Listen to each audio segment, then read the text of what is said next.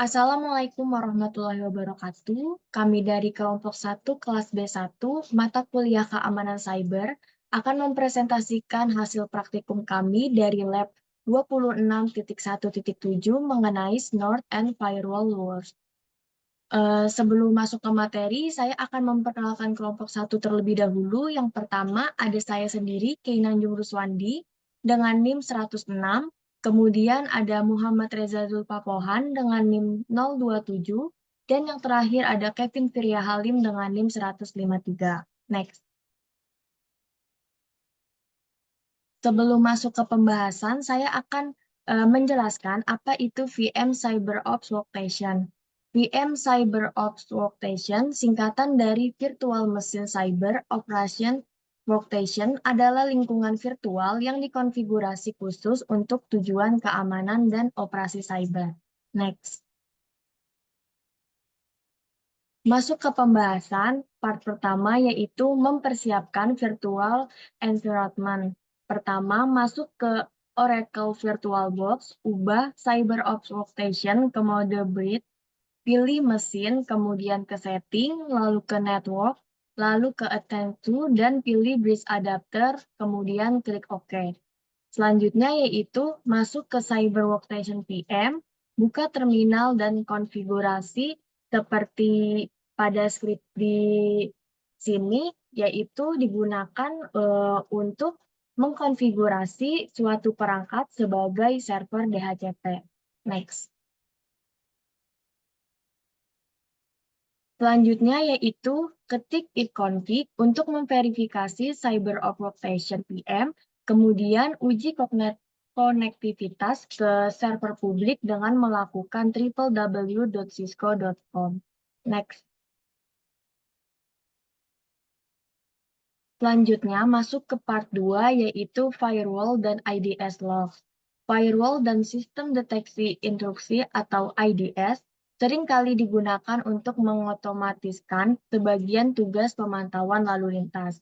Baik firewall maupun IDS mencocokkan lalu lintas masuk dengan aturan administratif. Firewall biasanya membandingkan header paket dengan kumpulan aturan, sementara IDS sering menggunakan muatan paket untuk perbandingan kumpulan aturan. Masuk ke step pertama yaitu pemantauan real-time IDS log.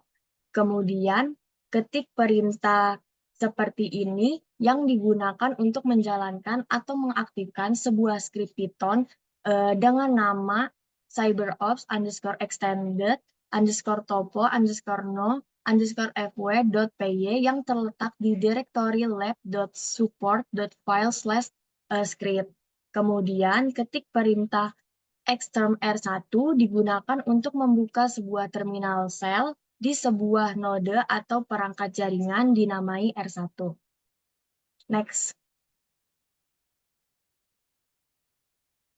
Kemudian dari sel R1 ketik perintah seperti ini digunakan untuk memulai aplikasi Snort yang merupakan sebuah intrusion detection system atau IDS dengan keamanan jaringan. Lalu di prompt Cyberoperation VM sebuah sel buka sel H5 dan H10 dengan menggunakan perintah xterm H5 dan xterm H10. Selanjutnya, pada H10 jalankan perintah seperti ini yang berfungsi untuk memulai sebuah server yang dirancang sebagai honeypot atau server jebakan trap server untuk menarik dan memantau aktivitas berbahaya seperti serangan atau aktivitas malware. Selanjutnya akan disampaikan oleh rekan saya Muhammad Reza Zulfapohan. Selanjutnya, pada sel H10, gunakan netstart dengan Mentunpa untuk memverifikasi bahwa server web sedang berjalan. Bila digunakan seperti yang ditunjukkan di bawah, netstart daftar semua port yang saat ini ditetapkan ke layanan. Lalu di terminal Windows R1, instance Nord sedang berjalan. Untuk memasukkan perintah lainnya di R1, buka terminal lain dengan memasukkan lagi Xterm R1 di terminal Windows CyberOps Workstation VM. Mungkin ya juga ingin mengatur terminal sehingga dapat melihat dan berinteraksi dengan setiap perangkat.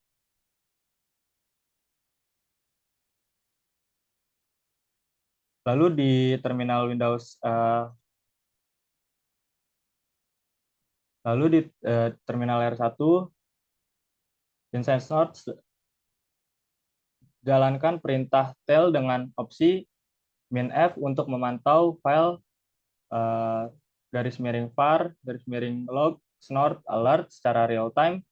File ini adalah tempat snort dikonfigurasi untuk merekam peringatan. Nah, karena belum ada peringatan yang dicatat, seharusnya log ini kosong. Namun jika pernah menjalankan lab sebelumnya, peringatan mungkin akan ditampilkan. Lalu dari sel H5 digunakan perintah widget untuk mendownload file bernama w32.nimda.amm.exe untuk mengunduh konten melalui HTTP. Lalu pada H5 ketikan perintah tcpdump -i H5 strip eth0 -w nimda.download.tcip dan setelah itu jalankan kembali perintah widget 209.165.202.133.26666 garis miring w32.nimda.amm.exe. Perintah di atas menginstruksikan dcpdump untuk menangkap paket pada interface H5 strip eth0 dan menyimpan tangkapan ke file bernama nimda.download.tcip. Simbol dan di bagian akhir membantu sel untuk mengeksekusi tcpdump di latar belakang. Tanpa simbol ini, tcpdump akan membuat terminal tidak dapat digunakan saat sedang berjalan. Ini adalah tampilan R1 yang pertama dan yang di bawah ini tampilan R1 yang kedua. Lalu hentikan pengambilan dengan membawa tcpdump ke latar depan dengan komen fg. Karena tcpdump adalah satu-satunya proses yang dikirim ke latar belakang, PID tidak perlu ditentukan. Hentikan proses tcpdump dengan Ctrl C. Proses tcpdump berhenti dan menampilkan ringkasan penangkapan. Jumlah paket mungkin berbeda untuk pengambilannya. Nah, di sel H5 sendiri, gunakan perintah ls untuk memverifikasi file PCIP sebenarnya disimpan ke disk dan memiliki ukuran lebih besar dari 0. Nah, langsung saja di sini ls -l. Nah, lalu mulai ke step kedua, yaitu menyesuaikan aturan firewall berdasarkan peringatan IDS. Pada langkah pertama, kita sudah memulai server malware berbasis internet, dan untuk mencegah pengguna lain menjangkau server tersebut, disarankan untuk memblokirnya di firewall edge. Nah, di sini kita masuk ke Cyber Workstation VM, mulai terminal baru R1 yang ketiga dengan menggunakan perintah exterm R1. Nah, di terminal R1 yang ketiga, gunakan perintah iptables -l -v untuk membuat daftar change dan rules yang sedang digunakan.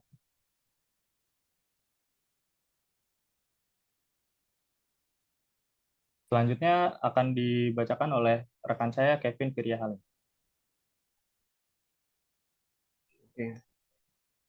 Oke, tadi untuk selanjutnya kita masuk ke perintah iptables forward ptcpd 209.165.202.133 depot 6666 t drop, di mana forward ini bertujuan untuk memasukkan aturan baru ke dalam chain forward PTCP ini untuk menentukan protokol TCP D209.165.202.133 untuk menentukan tujuan, D-port 6666 untuk menentukan port tujuan, J-drop untuk mengatur tindakan untuk di-drop.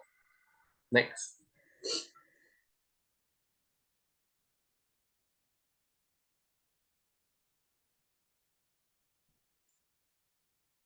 Nah, selanjutnya kita gunakan perintah iptables lv itu lagi untuk memastikan aturan tersebut telah ditambahkan ke lantai forward.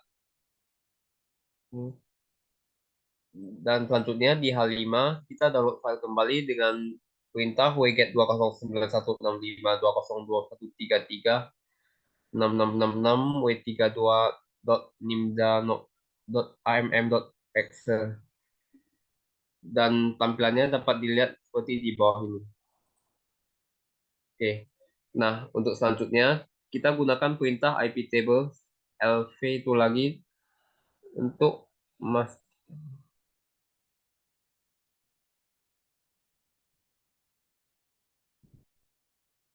ya. Nah, selanjutnya kita kembali ke terminal yang digunakan untuk memulai mininet. Hentikan mininet dengan masukkan perintah di Windows utama terminal CyberOps VM. Nah, selanjutnya setelah keluar dari mininet, bersihkan proses yang dimulai oleh mininet dengan menggunakan perintah sudo mn c. Tampilannya dapat dilihat seperti di bawah ini. Oke, next.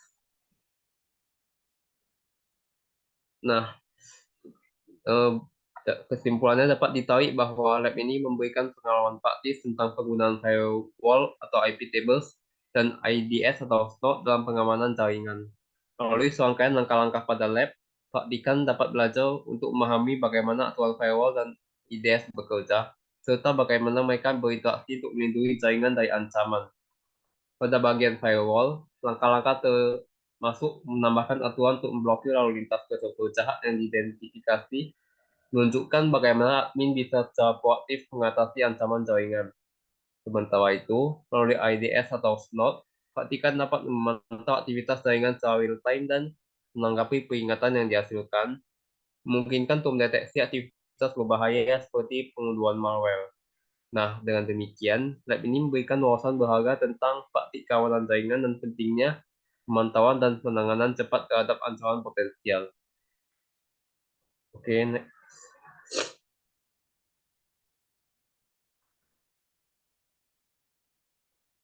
Oke, demikian presentasi kami dari kelompok 1. Apabila ada kesalahan, mohon maaf. Sekian dan terima kasih.